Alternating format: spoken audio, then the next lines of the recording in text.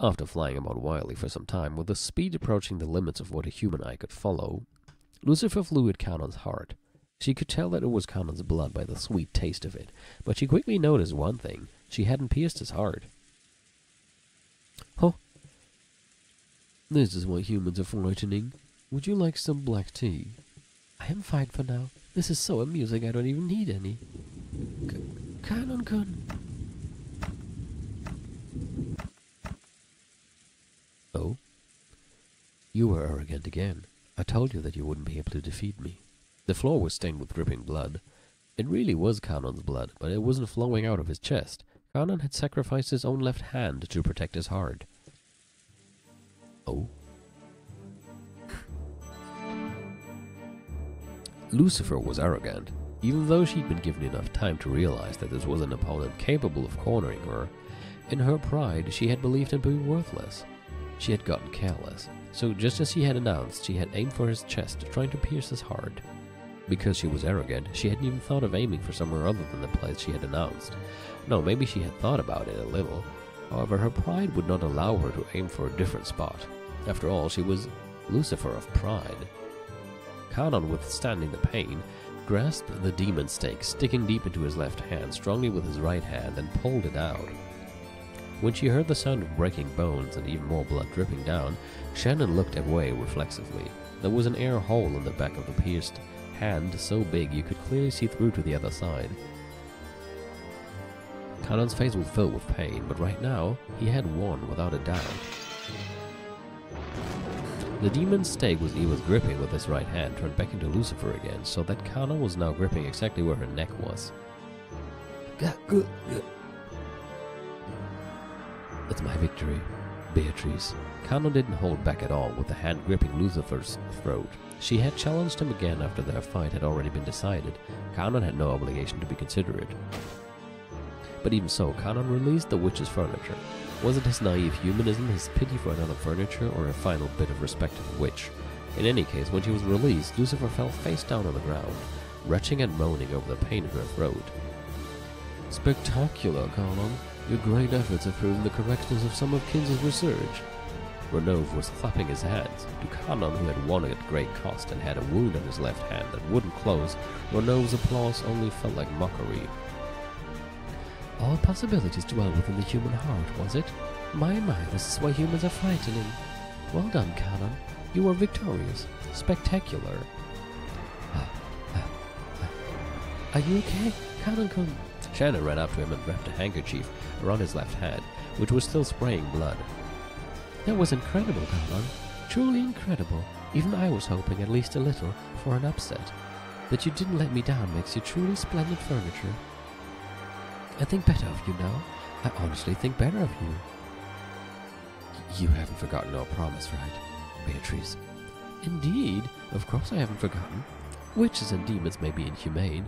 However, we are much more noble than humans when it comes to keeping promises. I will not go back on my word. I guaranteed that if you won, I would give you the right to decide the 5 people who will escape becoming the 13 sacrifices. But Beatrice-sama, it's not like I've When Beatrice waved her pipe, heaven and earth turned over just for Lucifer, so as a horribly natural result, she fell onto the ceiling.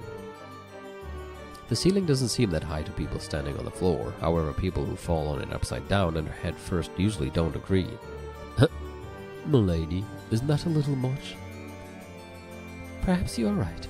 I suppose I'll forgive her. Beatrice waved her pipe again. When she did, the magic that had been affecting Lucifer was released, so as a horribly natural result, this time she fell properly back onto the floor. I suppose it's a very high room. Beatrice-sama, forgive me. What are you so afraid of? I have already forgiven you, haven't I? So, Kanon, shall we continue? Continue what? You aren't saying you want me to finish her, are you? Oh, no. It isn't over yet, right? What isn't? Stop dodging the question. I did promise to you your reward, didn't I? If you could defeat my furniture. The 7 stakes of purgatory ride. See, I caught that. Come, arise, the 7 stakes of purgatory. The 6 younger sisters of the worthless elder sister. I suppose that trick works better in Japanese, where you often cannot really tell if something is singular or plural. So when she said it the first time, it could have sounded like she was talking about just one.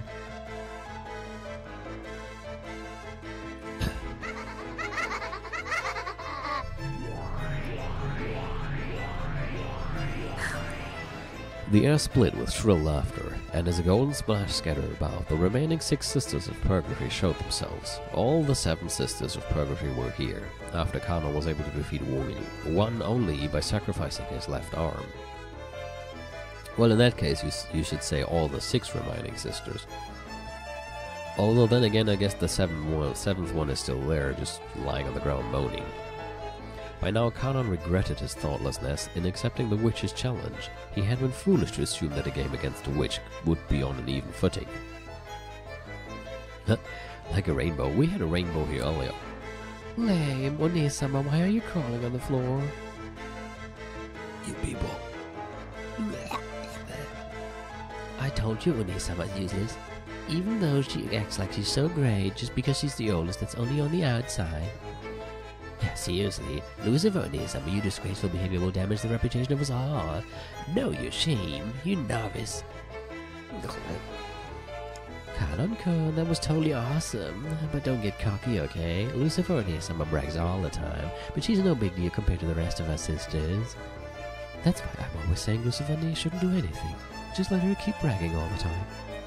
Well, they get along greatly with Lucifer.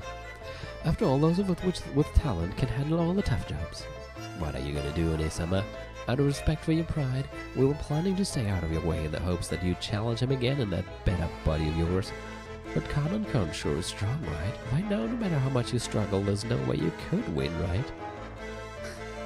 You people... My, you sisters are always so lively. Is this any time to fight amongst yourselves? It's only together that you're the 7 stakes of Purgatory, correct? Now, play nice and execute the tasks I give you. And swiftly, okay? Hey, Lucifer Oni-sama, if you want to borrow the power of your little sisters, then say it, okay? We want to hear you ask us for help with your own mouth. Do you plan to mock me even more? I, the foolish, weak, ugly, and shameful Lucifer, the eldest sister, begged my younger sisters to save me. Come on, let's hear it. If you let us hear that, we'll save you, okay? Everyone? You bitch. The 7 sisters of Purgatory unanimously closed in on their worthless sister, abusing her. Even Kanon, who had been fighting for his life until a second ago, couldn't bear to look at it. As if I could say something like that. Quickly now, clearly we won't make any progress here with you alone. Hurry up, let the 7th sister strike Kanon. My, what is the matter, Lucifer? This is an order from milady, is it not? How cruel. After grinding her teeth over and over after hearing her sister's curses, Lucifer trembled all over and answered her sister's request.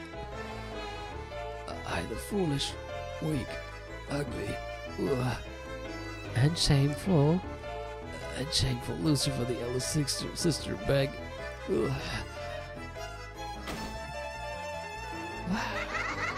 The girl known as Pride was finally unable to endure the words she was saying and broke down crying. However, the 6 younger sisters kept giggling cold-heartedly. Well, isn't that nice? Wait a sec. Don't try to trick us by crying. You haven't finished saying it. That should be enough. Come, sisters, let us display our power. I won't be satisfied till I hear the whole thing, okay? Come on, Oni-sama, keep going. Uh-oh, the music starter. Kanon is so dead. That's enough. Come on, this shame affects us all. We won't let them leave here alive. Okay, how shall we play with this pitiful furniture? Any wonderful plans? Yes. Bills of things. The 7 of us should get along and split Kanon up between us. Uh-oh. Good idea. That way all of the sisters can get along. Then I'll take the head. I'll leave the limbs and guts to you all. Today's forecast, it's gonna rain guts. Yeah, I feel like that's gonna happen. No. I get the head. There's no way that promise will mean anything, right? First one there wins. Hehehe. Kanon-kun, if you've got any ideas for how we should kill you, just tell us, okay? The Seven Sisters will kill you in an awesome way. Damn. Oh, you shaped me so deeply. Slicing you into 8 pieces won't be enough. I'll slice you into 100 pieces. Here we go, everyone. That can't be good. Yes, Oni-sama. The 7 of them burst at once. They had no intention of playing or boasting. This time they would genuinely follow their master's order. Take Kanon down, swiftly. Oh, the camera shifted. The 7 sisters jumped around the room faster than the eye could see, examining how they could best kill Kanon. They tortured Kanon with their cruel giggles, sometimes making a close pass at him. They kept scraping his arm, shoulders, and cheeks, gradually carving red letters into his body. At that moment, Shannon dashed up behind him, holding onto him so that she blocked the way to his body at least a little. I was about to say, couldn't she do some cool barrier magic? She could do that again. Okay, I guess they're too strong for that. At the same time, a red cylinder wrapped around the two of them like a beam of light, sent from heaven. That cylinder repelled the evil ones who tormented Kanon. Or is it Genji? What? You're mean! This has nothing to do with you. Oh, I see. You must want to play with us. Okay, I guess it is still Shannon. Yeah, then I'll take it. All mine. Beatrice-sama, can we take Shannon as our prey? Huh? Oh, I don't mind. Do as you like. It seems Kanon alone will be enough to satisfy your gluttony. We have our deepest gratitude. Come on, I'll make you regret coming out uninvited.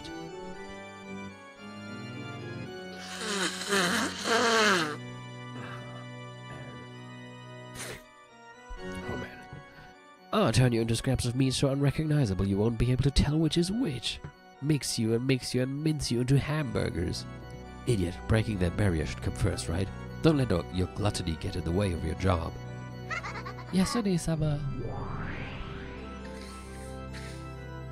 As a horribly natural first action, the 7 sisters began to destroy the barrier Shannon had created.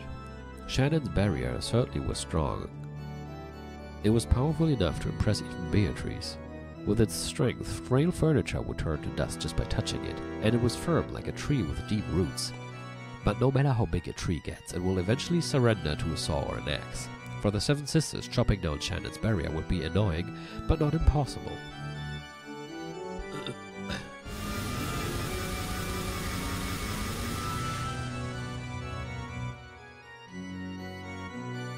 A sound like beetles jumping about grew even fiercer and filled the room.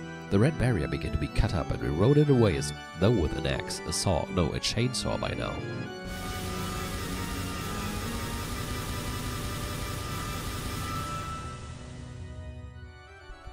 How foolish, even though you must know that your barrier can't fully protect you from these girls.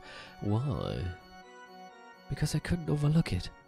As Shannon covered Kanon, who was already at his limits, sprawled on the floor, she spoke back resolutely. Oh man, if you hadn't marched in uninvited, I would have given you a death like sleep. Why have you gone to all the trouble of exposing yourself before the 7 sisters? Not all deaths are the same. A cruel death will cause you far more anguish than merely dying.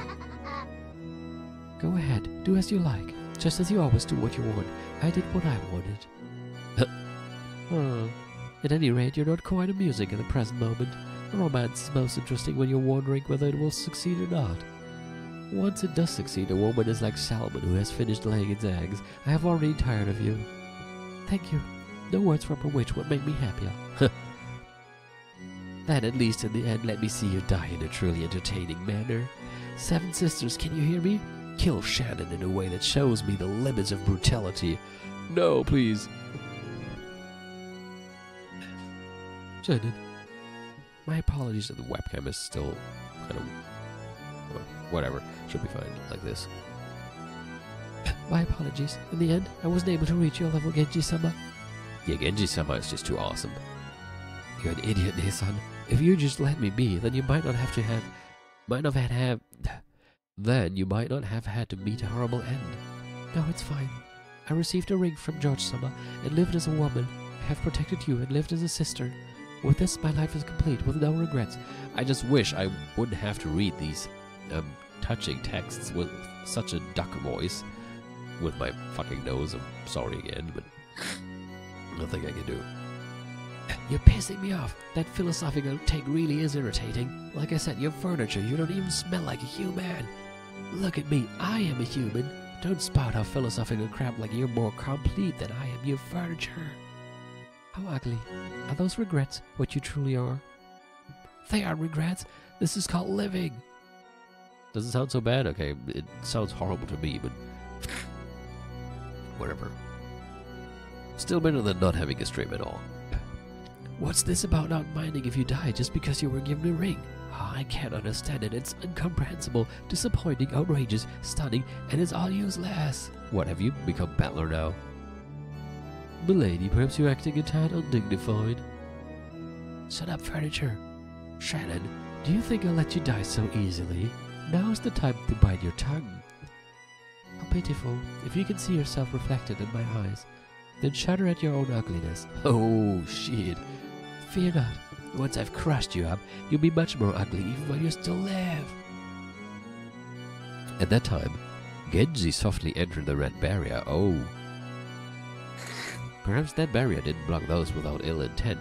Then Genji gently held her from behind and covered her eyes with his right hand. Is he just going to kill her right now? Genji-sama. You've already done enough. Go to sleep before me. Yes. Thank you very much, Genji-sama. Indeed. After that, Genji softly pressed his left hand near her collarbone. As he did, emanating from that area, a crimson stain gently spread out. Oh, he's going to kill her before Beatrice can. That's pretty nice.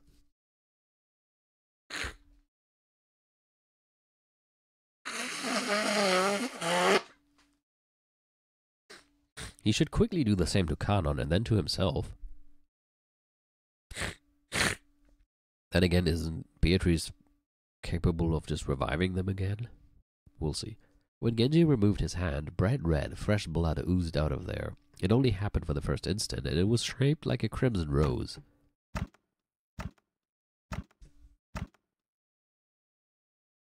And when he removed his right hand, covering her face, there was a peaceful expression there, as though she was sleeping.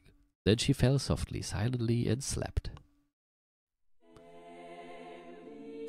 Her soul had already been sent to a world where the malicious witch and her furniture could not reach her, no matter how evilly they tortured her. This scene left Beatrice and the Seven Sisters stunned. Only Renove wore a mysterious smile. Then, Genji leaned over Kanon, who was crouching on the floor. You did well. You should sleep now too. Yes. Thank you very much, Genji-sama. But Genji is really a badass in many ways. Just as he had done with Shannon, he softly covered Kanon's eyes with his hand, then gently pressed the area around Kanon's collarbone with his other hand, and when his hand was removed with the lightness of a feather, there was a crimson rose there. And he looked stunning in a dress. I don't want to imagine it. But that rose shape quickly turned into the stain of bright red blood pouring out. What is that? What a boring person. Even though it's so fun to poke the balloon of life with a needle so that it forcefully explodes. Spectacular, Genji. You truly are furniture. Thank you very much. Well then, Beatrice-sama, Renove-sama, with this as my final task, allow me to rest. Damn you, snatching away my fun. Why don't I take all the thrashing and mashing I wanted to do to them and give it to you instead? Beatrice faced him with an unsatisfied expression, but Renove spoke quietly to Genji with a soothing smile. You have worked hard. You are my greatest servant. As a final gift I shall bestow upon you a peaceful sleep fitting for all the labors you have performed. What? Wait, it's not your place to... When Renove snapped his fingers, Genji slumped to the floor like a puppet with its strings cut. Suddenly, and yet gently, he crumpled, falling into a sleep that no witch could call him back from. It was as filled with kindness as the sleep he had given Shannon had count on.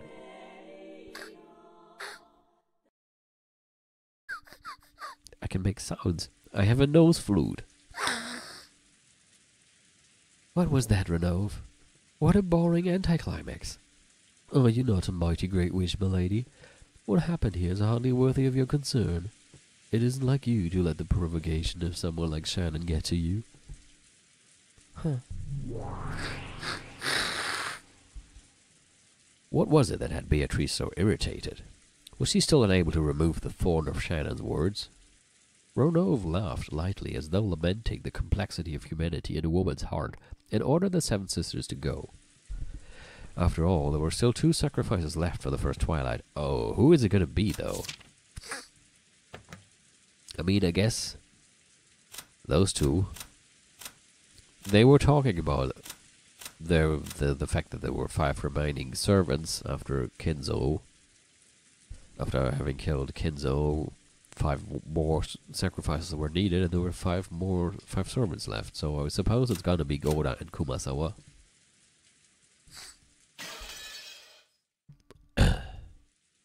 The 7 sisters disappeared in ecstasy.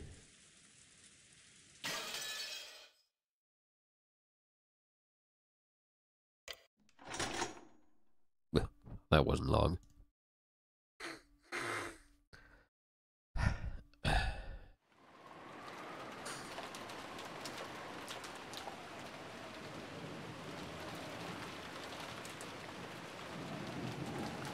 Goda, oh, he's gonna be the next one. He did. Goda was doing the nighttime rounds. Now Kanjima had always been empty, except for the Yoshinomiya family household, or so they thought. So checking that the doors and windows were all closed had no real purpose. I know they said that before, but I would not agree to this. Because I'm sure on the mainland people know that there is a family living on that island. So what would stop anybody with a good plan to take a boat, land on the island at some place that is like secret enough to not be noticed, sneak through the forest and steal stuff at night? I don't see why that could not happen at any given moment. So I don't see why they all consider it a stupid thing to lock the doors and windows. I mean, sure, maybe it's not as likely to get robbed as in other places. That is true as well. A lock would probably not... Yeah, if somebody went through all the trouble of getting here, a lock would not really fend them off. But it would at least make it harder for them to break in, I guess, and it would at least... Like, there would at least be a small possibility that his attempt of breaking in might be noticed or something, because he might try to open the lock and make some noise while doing so. I don't know, I would still think it's a good idea to always lock it. Anyway. Clearly the servants don't see it that way. Just checking the doors and windows were all closed had no real purpose. However, ever since the time Natsuhi had condemned such an attitude as being careless, the nighttime rounds had become part of the servants' daily routine. Yeah, they do it all year round. But as I'm saying, you could, there at any given time, somebody who knows that there is a mansion with some guy with a vast fortune, at any given time somebody could come up with a plan to rob the place. I still think it's not totally useless to do it. I would definitely do it. Anyway, in the first place, Natsuhi had ordered this because of the occasional witch disturbances. Everyone who came and left this island knew about the legend of Beatrice, the Witch of the Forest. It had become established as this island's characteristic ghost story. Because of that, it was only natural that some people would claim that, when they thought they were alone in the mansion, they would hear a strange sound or see the shadow of a person. However, when that created a little too much of a disturbance and reached Natsuhi's ears, she made a fuss, thinking that some suspicious person might have been entering and leaving. Apparently she had roused all the servants and had them check throughout the mansion. Because all of that panic over the witch had happened before Goda's arrival, he had only heard about it from the more senior servants. Ghost stories like that could be found in any workplace. Even at the hotels and restaurants Goda had worked at, there had been plenty of them. So when he heard about that story on this island, he had given a forced smile, thinking, oh, so they have that kind of thing here after all. That forced smile aside, he had figured that when in Rome, do as the Romans do, and had taken it seriously. Goda went along with it on the outside, but in his heart, he had assumed it to be a childish trick. At first, that is. This certainly is eerie. Yes, I can see why it was so easy for past servants to get into a panic. He could understand how someone doing their rounds on an eerie night like this might believe they had seen a ghost if they saw a lace curtain waving in the breeze from a window that hadn't been closed. So, if you make fun of the witch of the portrait, there is a curse. It seems there was even a servant who received a serious injury and quit. Well, I wouldn't want that. Think of my age. I probably wouldn't be granted a workplace this hospitable again. Oh, witch of the portrait, I'm working sincerely, so please give me some peace. Yeah, you're not gonna get that tonight. Goda prayed to the portrait, his hands together, as though he was at a Shinto shrine.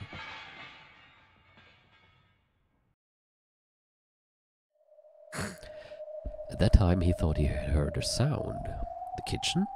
Was that the sound of something metal falling on the floor? Maybe a mouse or a cockroach had come out and knocked over some of the dishes. No, how could that be? It was usually cleaned thoroughly. Thinking he would check out what that noise really had been, Goda entered the kitchen. He turned on the kitchen light. When he did, he heard a strange sound. Clank, clank, clank, clank, clank. To a cook like Goda, the sound felt like the lid on a pressure cooker or something shaking. Surely there wouldn't be a pot on the burner when no one was in the kitchen. Even if someone was using the gas, walking away from it would be quite dangerous. Just in case, Goda decided to inspect the area around the gas range.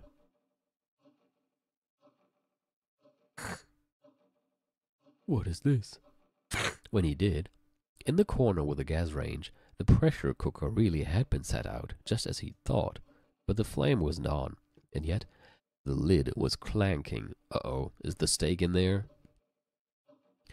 Was something fermenting and leaking gas? How could that be? Then was there a mouse or something inside?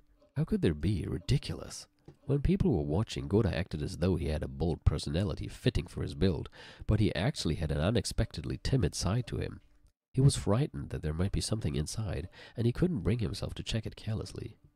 In his cowardice, he grabbed the nearby wooden pestle, and with a clunk, he tapped it a little forcefully against the side of the pressure cooker.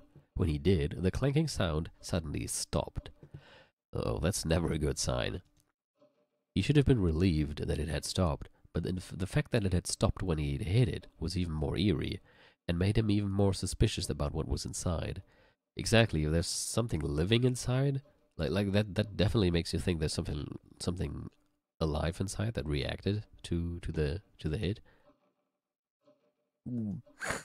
Mysterious phenomena do not exist in this world. Yes, witches and magic things like that couldn't possibly exist. All phenomena can be explained with science, as if monsters and witches could exist. He repeated that many times, trying to build up his own confidence. The gap between what he was saying and what he was doing was quite comical. Who would believe in a witch? Who would believe in magic or curses? Oh, you shouldn't say that. Come on, show me what you really are. Take that. He removed the lid of the pressure cooker, and lying exposed there was the sparkling clean silver bottom of the pot. There was absolutely nothing frightening like he had imagined. It's only natural. There's no way there could have been anything inside. Yeah, but then what made the noise? By now, Goda realized that he had been a coward. So while he still had some doubts as to what had caused the lid to make that sound, he figured it wasn't a big problem and decided not to worry about it too much.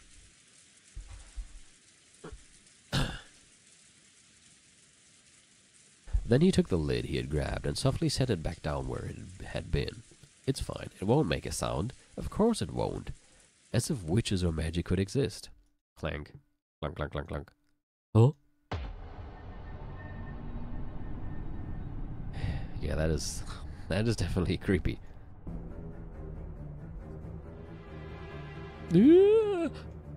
All of the pots and dishes in the kitchen started clanking at once.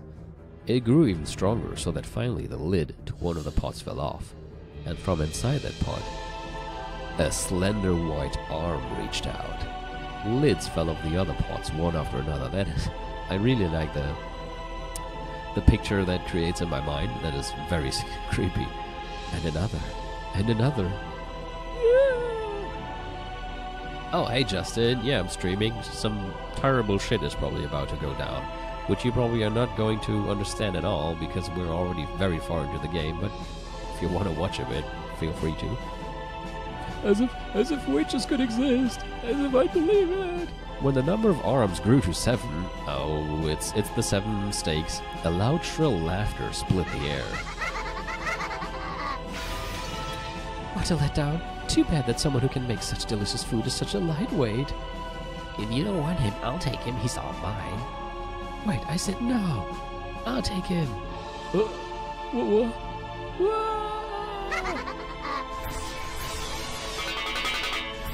He's dead. He is so dead.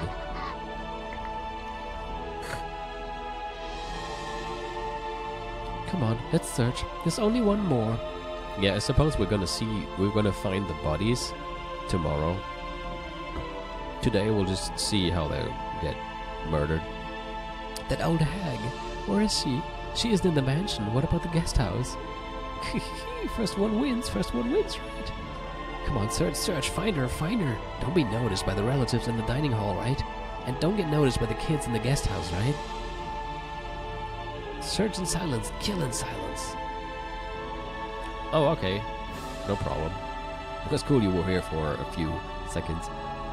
After all, it's still just the first twilight.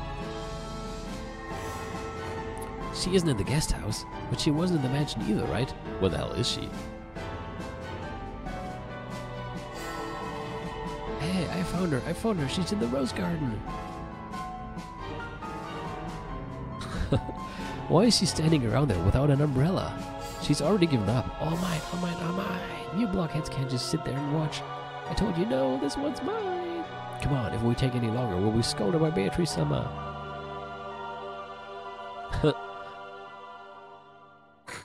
Sorry, I skipped a line. Let's take care of it all at once. There, found her. Surrounded her. Come on, let's get along and do it all at once, okay? Oh, she's gonna be pierced by all the 7 at once. What the?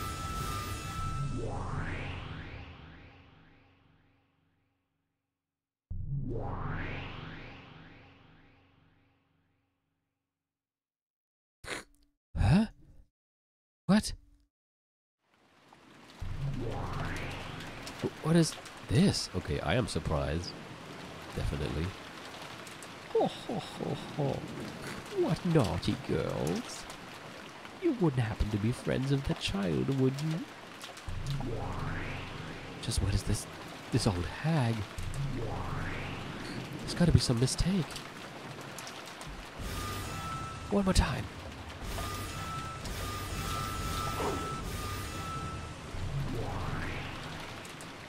Well, that is definitely not what I expected.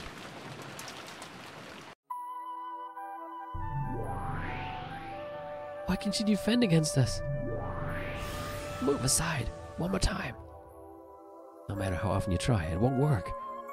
This person is good. But then how? Okay. If she's actually such a badass as she's showing to be right now, how was it that she was so easily killed in the previous episodes? Then again, we never saw how she was killed, right? We just know that she was eventually killed. So maybe they're just gonna persist until she breaks. I am waiting for that child. Would you mind calling for her?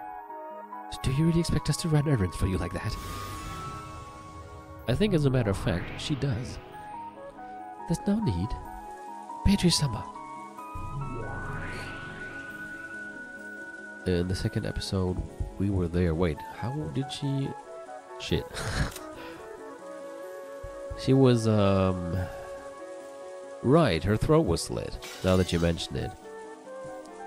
Maybe it just was too fast for her to react, probably.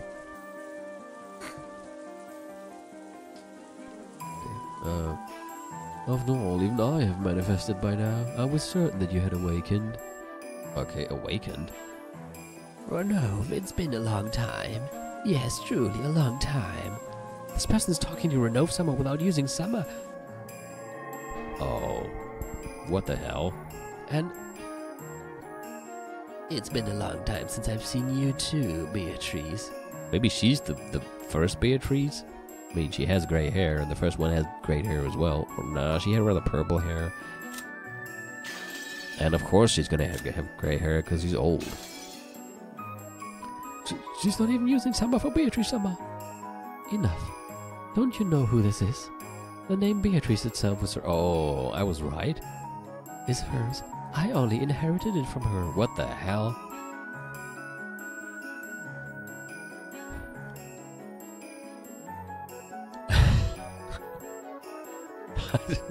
Okay. This is my teacher, the previous Lady Beatrice.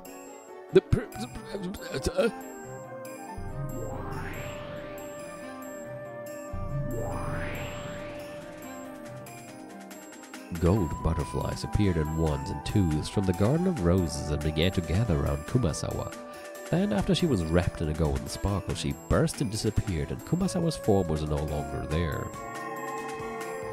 Well, in that case, good luck trying to kill her.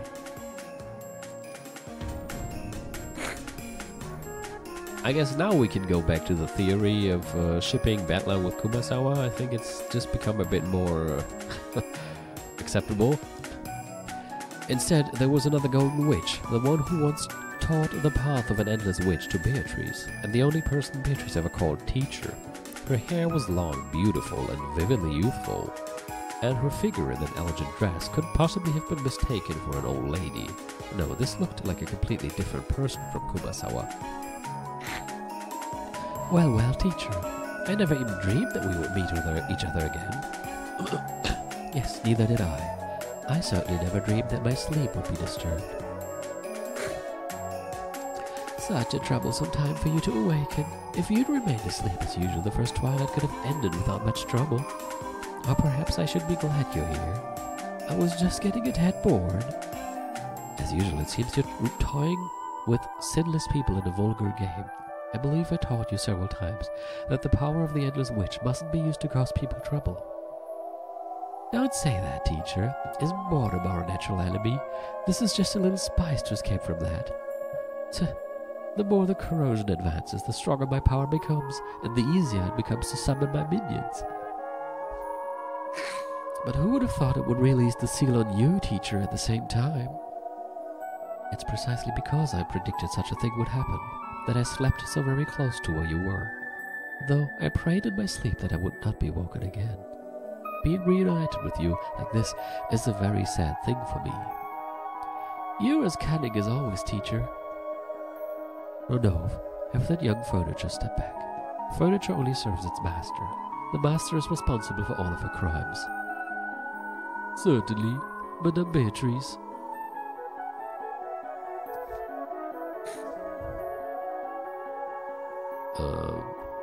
Who's saying that now? Renov still?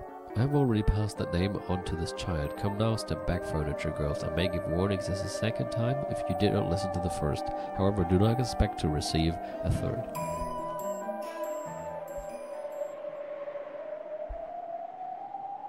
Keep hearing voices here.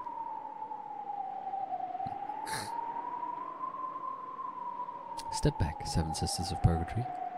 If you get dragged into this, only dust will remain. Back, everyone. Renova and the Seven Sisters of Purgatory retreated. Is it going to be a Beatrice versus Beatrice showdown? Copy versus the original? Well, I shouldn't say copy, but, you know, the Shin Beatrice. After that, what remained was the Beatrice whose daring expression didn't falter, and the teacher Beatrice who had given up that name and wore a composed smile. Well then, teacher, what tea shall I prepare for our long-awaited reunion? Let's see. This reunion was longer in coming than the visit of a comet. Perhaps I will accept your hospitality. And if it seems a mistake has been made, I'll have you return my name and the title of Endless Witch. So, even the title of Endless Witch has a license renewal policy? As you wish, teacher. See how splendid your disciple has become, and see how far she surpassed you so long ago. The air between the two Beatrices seemed to explode with sparks. Just by glaring at each other, they purged all spirits from that space. As they watched, the seven sisters shivered. After all, if they had retreated just 3 steps less than they had, they would already have been turned to dust by now. So calm, Beatrice. Ooh, that's a cool picture. Have to send that.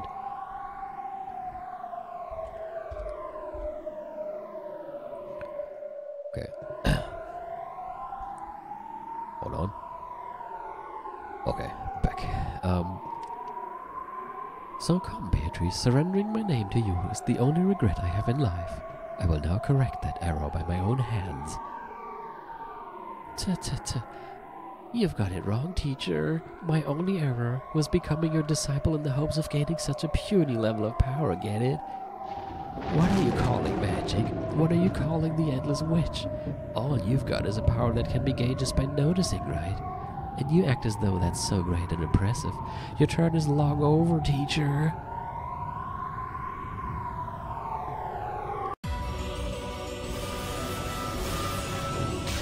Pretty cool music.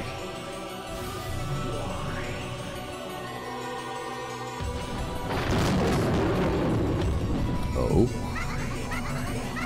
Oh no, she's creating copies of herself.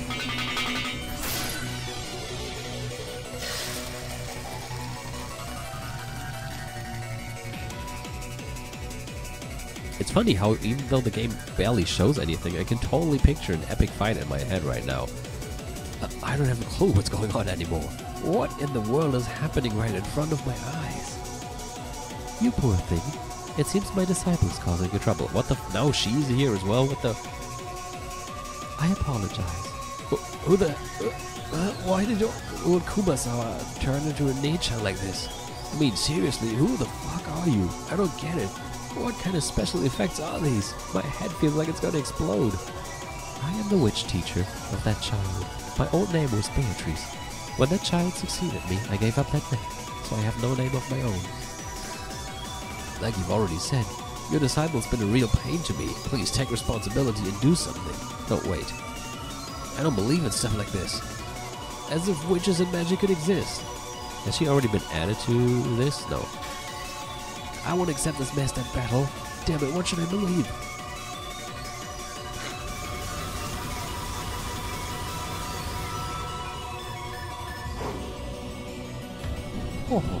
That's just like you. Hospitality with a very quick temper.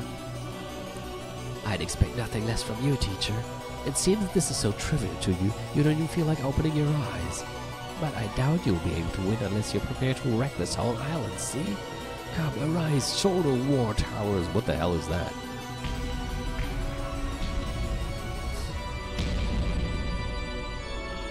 In response to Beatrice's summons, a terrific earth tremor split the rose garden. Shouldn't this wake up everybody? And on either side of her shoulders, 2 massive war towers sprouted and stabbed into the heavens. They stretched up to 100 Merut? Merut? Was that supposed to be meter? No, what the hell is Merut? I don't know that, but okay, maybe somebody's gonna tell me. They stretch up to 100 Merut tall, and each had over 360 ports. They were war towers of the gods' army corps, which had prevented even groups of ancient heroes from invading their sacred grounds. Army corps, isn't that? Oh, sure. As Beatrice elegantly floated in the gap between the massive 2-headed towers, she looked down on her teacher, sneering with a sense of absolute superiority. With the 2 massive towers lined up behind her shoulders, the witch looked very small. Okay, if any of this is actually real, why is she even able to command these things? Like a butterfly dancing between huge trees. Don't think you can dodge it by turning into butterflies, okay? The density of the Twin Towers barrage wouldn't just make you pinned back simple, it would make you madly stab pincushion, right? Over 720 ports opened on the towers and godly soldiers readied their multi-shot ballistas. God damn. Is that the end of your turn? Famous last words. Blast away!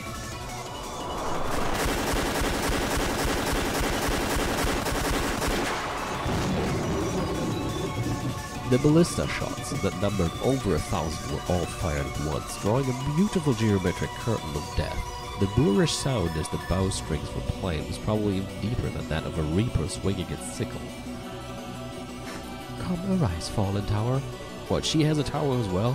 Split the single language and let that Cindy know. The fuck is going on? The sky was stained in incandescent red, and from between the clouds a blazing massive tower fell upside down. I'm just picturing one of the people looking out the window right now and being like, what the fuck? That massive falling tower and its rubble sucked in the thousands of ballista shots so that not one of them approached the body of the witch who had summoned it. That's right. No group of people, no matter how large, could approach the mysteries of heaven. That was the reality of the fallen tower. As I'd expect from you, teacher, if you do something, you always do it big. My turn isn't over. Come arise, sons of Vivaldi. Bestow upon me a worthy spear. What the hell is going on? As the massive crimson tower that had fallen made a terrible gold-colored explosion, a massive spear appeared from inside those flames, so tall like a tower that you had to look up to see all of it. It was too large even for a giant's hand. That divinely beautiful spear of the gods was so massive it gave the illusion that the fallen tower had turned into a spear of the same size. It was a spear of certain victory that none could escape. Looks like your twin towers won't help you now. How foolish to block off your means of escape on both sides. You can't defend against even a single spear. When she snapped her fingers in command, the massive tower-sized spear shot at Beatrice like a lightning bolt. It aimed right for the middle of the center of the golden witch's heart with extreme precision, as she danced in the gap between the towers like a butterfly, slicing straight through the air like a flash of lightning. Ha! So you use Gungnir at a moment like this? You really are incredible, teacher. Burst, useless towers. Arise, giant soldier battle line. Fully block the divine spear with your shielded chests. The shoulder war towers exploded in gold. They became several billion gold butterflies. Those butterflies took the shape of 7 massive armored soldiers, each stretched a full 50 marooned into the sky. Again, this weird thing. And they lined up in front of Beatrice, protecting their master and holding massive shields that towered like windmills. There's some epic shit right here. Good lord. And it worked. I don't know, it works pretty well. There's barely anything you see, but I can, as I said before, I can totally picture everything in my head. It's pretty well done. They were as massive as a mountain range. The witch behind them was like a small moon hiding behind the mountains. Once in the past, when the massive shields these giants held had been readied by the whole regiment, they had protected King Wilhelm's castle. Wilhelm? What is this? Xenosaga again? Not only from arrows, but from the wind and the rain, for when they had faced upwards and held their shields to the heavens, not a single raindrop had gotten through. Foolish. The shame of a witch who has forgotten to respect things sacred. Did you think mere giants could defend against the spear of the gods? Indeed, no matter how much human metal you are armed with, you cannot block a spear of the gods. A wonderful what? A wonderful something made by epaulettes? Is that French? I suppose. I don't know how to pronounce French. Epaulettes, motte. A wonderful whatever the fuck it is, my madam. No way. Beatrice said that? It's a chess term? Okay, I know some chess terms, but I certainly don't know this one. Oh, maybe I don't know the English one. Okay, so that's mate.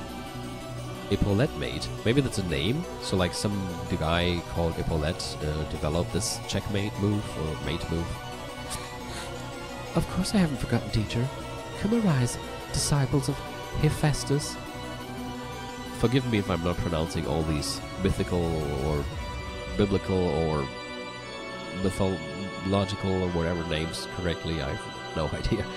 Bestow upon me a worthy shield. A golden whirlwind arose at the feet of the giant soldiers. Epaulettes are pieces of armor you wear on the shoulder. Okay, how do you pronounce them? It was a cloud of countless butterflies. They attached themselves to the massive shields like gold leaves, sparkling like they were a gold mirror. It was the absolute defensive wall given to a goddess by the chief of the gods, the Aegis. The Aegis shield, now it's Xenoblade!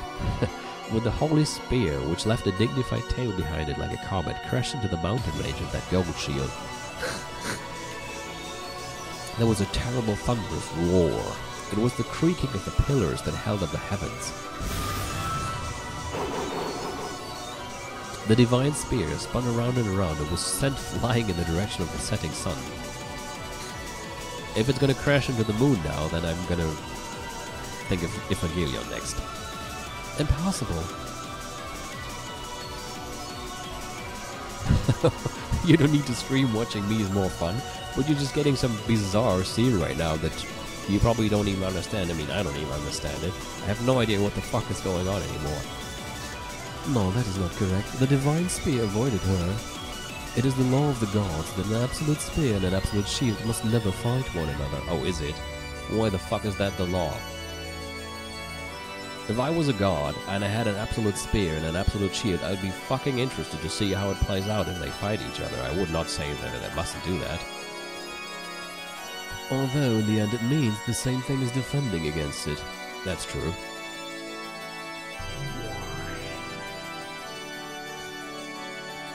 Oh, I see. Your skills have improved from engaging in these fights so often. Or rather, it seems you're still as bad as ever at this kind of game, teacher. It's my turn to strike back. I shall follow the code and counter a spear with a spear. The giant soldier battle line, which had fully blocked the divine spear, released its holy gold shields. The shields fell to the earth, making the ground shake. How this doesn't wake up every goddamn living being in the 100 miles, I don't know. When they did, another gold whirlwind arose, and the 7 gold shields changed their forms into 7 massive spears of lightning, lying on the ground. That can't be good. At once, each of the giants lifted one of their legs high and firmly stomped on the tips of the handles. Remember when it was just some people on the boat? Seriously. As the earth shook with a thunderous sound, the 7 lightning spears spun beautifully and flew up above the giant soldiers' heads. That was a very cool way of picking them up. They scattered into a golden splash and began to fall before the giants. Each of the giants squared off, and with the force of their whole body, they kicked and smashed them. The broken pieces numbered exactly 30 and became lightning spears of exactly the same size as the originals. Oh, they're not even picking them up. They're doing this crazy move, which made 220 for the 7 giants, and all of those burst at once, with each splitting into 30 thorns for a total of 6,300. They became a barrage of thunderclouds, drawing a beautiful geometric pattern, and then each changed into 3 bolts of lightning, so that 18,900 thunderbolts shot at the predecessor Beatrice. The fuck, indeed. You know, every anime that came out this season can probably go to sleep. This is more epic, and it just isn't even showing much. It's over, Beatrice-sama. I would expect nothing less from Madam. That bundle of almost 20,000 thunderbolts must have reduced the teacher's body to dust, but there had been no resistance. Beatrice knew immediately that she had been fooled. At that time, from the direction that the sun had supposedly set, she felt the impossible rays of sunlight. Oh, a brilliant ray of light shone on her profile. It was the figure of her teacher holding aloft the spear of the gods that had supposedly been repelled a short while ago. She bore a sparkle like the sun on her back and made it shine on the incarnation of darkness. As Beatrice watched, she was trapped like a mouse in a cage, cornered in a dead end formed by the giant soldier battle line. By now the predecessor of Beatrice had seized the position directly alongside that line. Playtime is over, Beatrice. Have I exposed my flag? Her bold expression hadn't faltered even once, but now it twisted for the first time. And faster than Beatrice could click her tongue, the predecessor Beatrice released the Holy Spear. As it leapt through the air, it changed its form once more. Come arise, Dwargar brothers. Bestow upon me the giant-smashing iron hammer of heaven. Giant soldiers, protect me.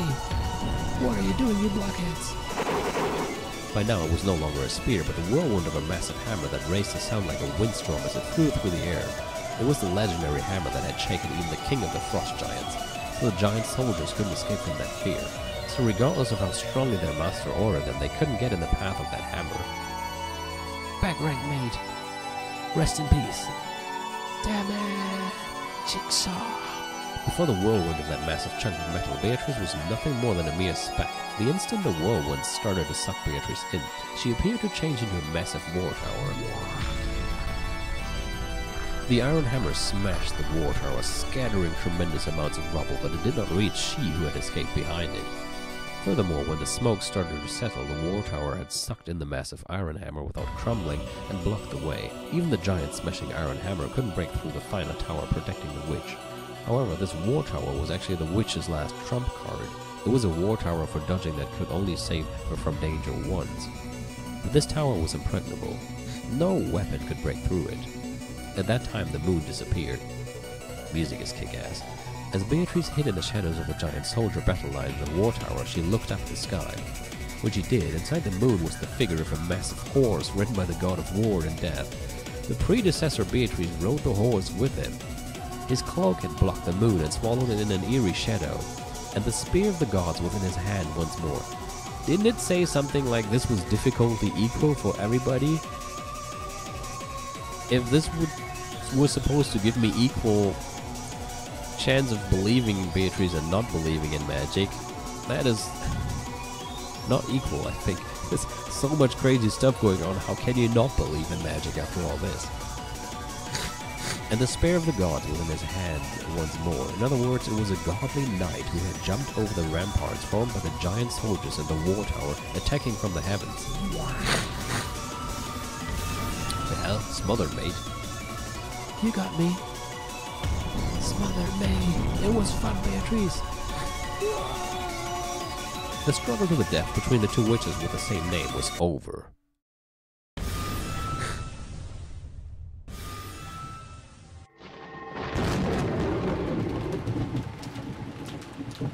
The spear that had been launched from the heavens pierced the ground. The giant soldier battle line and the war tower split up into countless gold butterflies, wrapping the area in a gold-colored storm. Then came the sound of thunder, and the sound of the falling rain and wind. If you looked around, the rose garden was empty. The butler and the rest were watching the two witches confronting each other, but Beatrice alone had changed.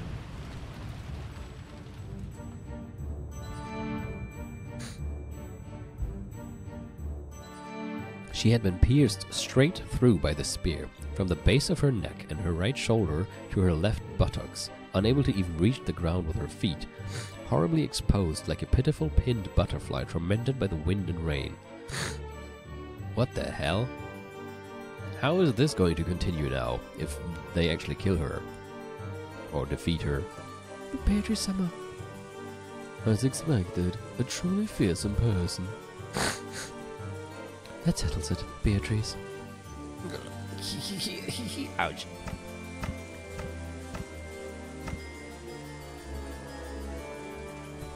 Beatrice wore a bitter smile of false courage, but a strand of blood dangled from her mouth, making her look even more pitiful. The title and power of the Endless Witch. You will return them to me now, along with the name Beatrice. You are too immature to call yourself an Endless Witch. Stop. Forgive me, teacher. I was just fooling around, okay? Yeah, I don't think that's gonna cut it now. I will take my name back from you. I shall return you to your original form.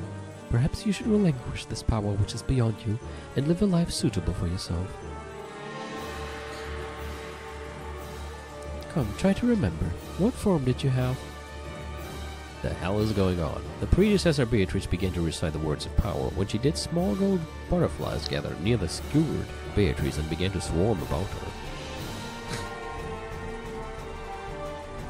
Like butterflies sucking the nectar out of flowers, they began to suck the magical power out of Beatrice, and it seemed to cause her intense pain. A cry of anguish issued from Beatrice's mouth.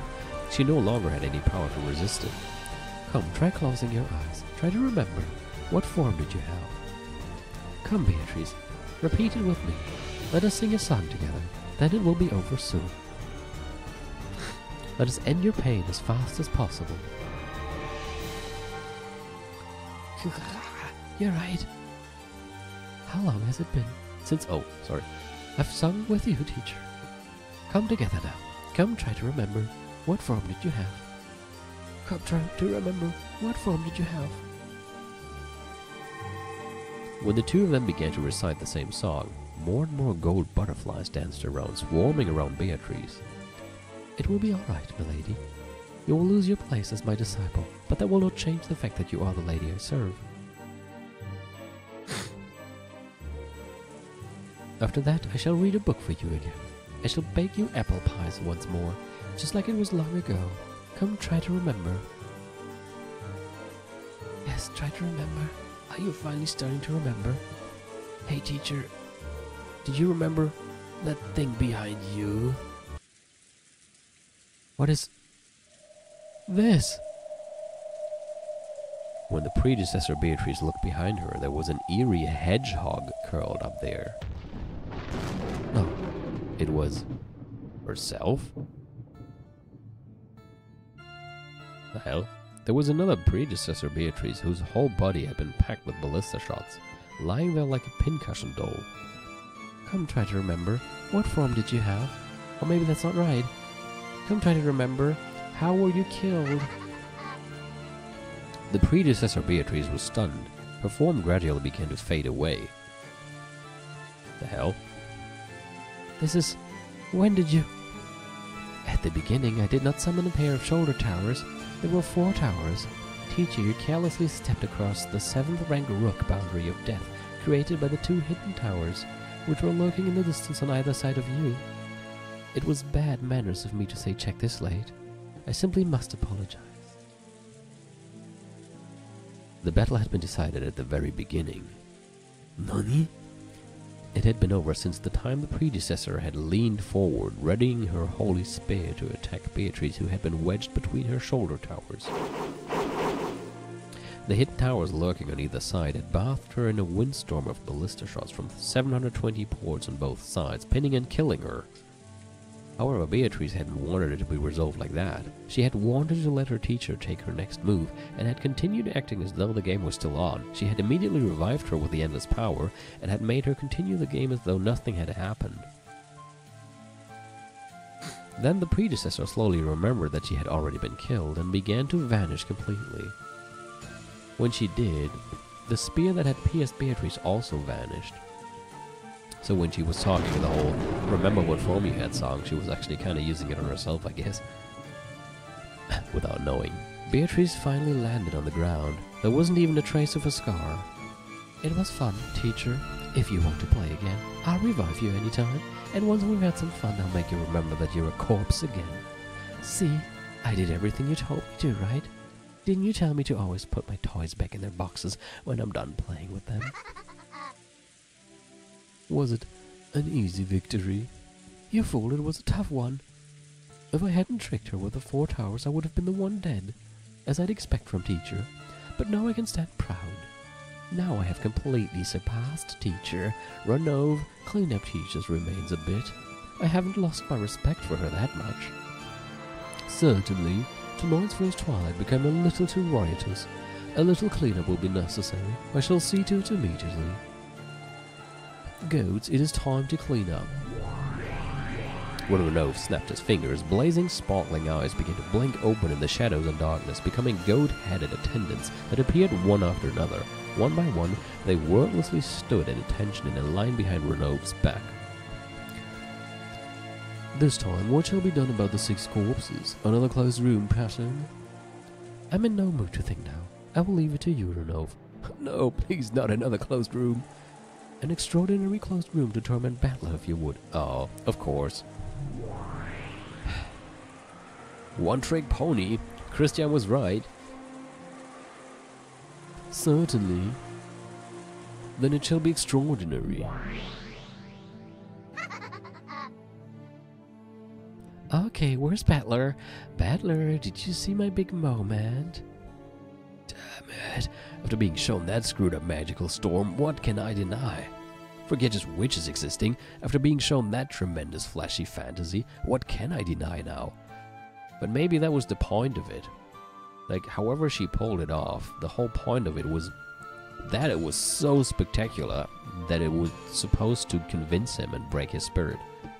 I don't get it anymore. It was like that last time too, but how can I deny these awesome, wonderful, magical battles? Isn't that right? After watching this, you can't talk your way out of it, right? Okay, Battler, let me hear some ridiculous reasoning. Milady, your laugh is becoming undignified. Oh, my apologies, but that isn't my fault.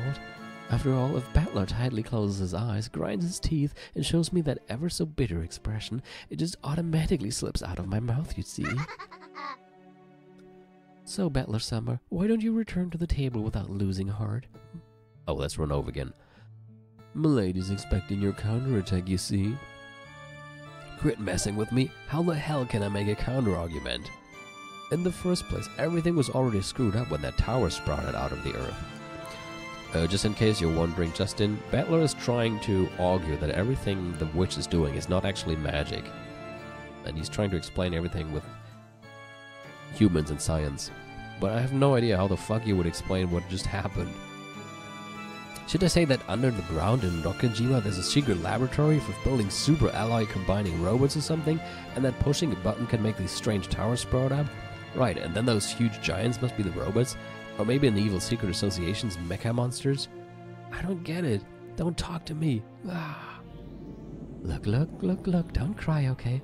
Bang bang, it's magic. If you want, I'll crush the moon and make comets fall like rain. I can even bury the whole island in those massive breasted nature hunts you like so much, see? Come on. Look, my turn is over, see? Show me your response, launch your counterattack. You can't, can you? Except that there's a quadrillion things you can't do. You're useless against this, right? You actually like this kind of fantasy, don't you? I get it. That's been going around on the streets lately, hasn't it? In manga and light novels and anime and movies, some teenage brats get a whole bunch of strange special abilities and they blow up all sorts of stuff with the fate of the world on the line. You love that too, don't you? I know, don't hide it. You love it, right? Hasn't the thing you love just been displayed before your very eyes? Why do you believe it in manga and anime, but you won't believe in me? Believe it. You can't argue back, not after you've been shown something like this, right? Look, answer. You don't need to think. You can just immediately say, I'm sorry, Beatrice Summer. Look, try saying it. I'm sorry, Beatrice Summer. Try saying it, say it. Don't be embarrassed.